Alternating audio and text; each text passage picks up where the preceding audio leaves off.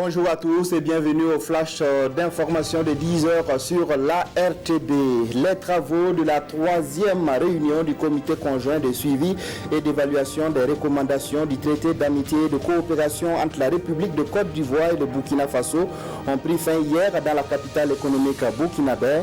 Il ressort de la rencontre que la mise en œuvre des recommandations du TAC se déroule bien dans l'ensemble, même si des efforts restent à fournir pour la réhabilitation du chemin de fer et la construction de l'autoroute Yamoussoukro-Ouagadougou.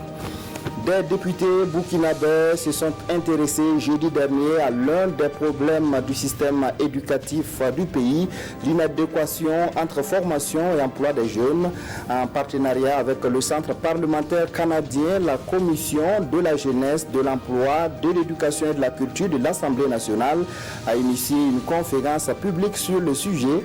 Objectif alimenter la réflexion sur la thématique et formuler des recommandations susceptibles de réduire le taux de chômage au Burkina.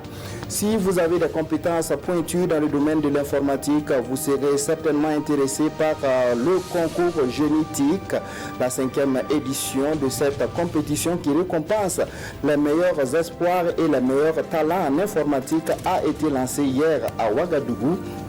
Il est attendu des candidats de développer des outils numériques applicables dans les domaines comme l'économie rurale, l'administration ou encore le commerce. 3 millions de francs CFA sont prévus pour les lauréats. En France, un colis piégé a explosé hier dans une rue de Lyon. Le dernier bilan fait état de 13 blessés légers. La police privilégie la piste d'un attentat. L'enquête se poursuit pour découvrir les éventuels auteurs de cet acte. Et puis hier vendredi, des marches pour le climat ont été organisées partout dans le monde.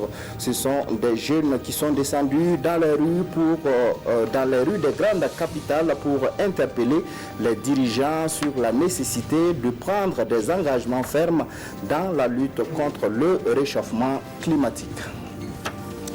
Voilà, c'est tout pour ce flash d'information. Je vous retrouve tout à l'heure à 13h pour un point complet de l'actualité.